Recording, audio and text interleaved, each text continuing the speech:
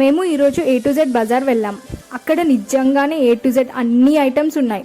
మెయిన్గా అయితే crockery section బాగుండే. మేము ఇక్కడికి వెళ్ళే ముందే బయట కూడా క్రాకరీవి తెలుసుకొని వెళ్ళాం. బయట కంటే ఒక 50 to 100 రూపీస్ ఇక్కడ తక్కువగానే అనిపించాయి. ఎలాగో బయట మనం వాళ్ళు చెప్పిన కాస్ట్ కాకుండా బార్గెన్ చేస్తాం, ఇక్కడే చేయలేం, అదే డిఫరెంట్.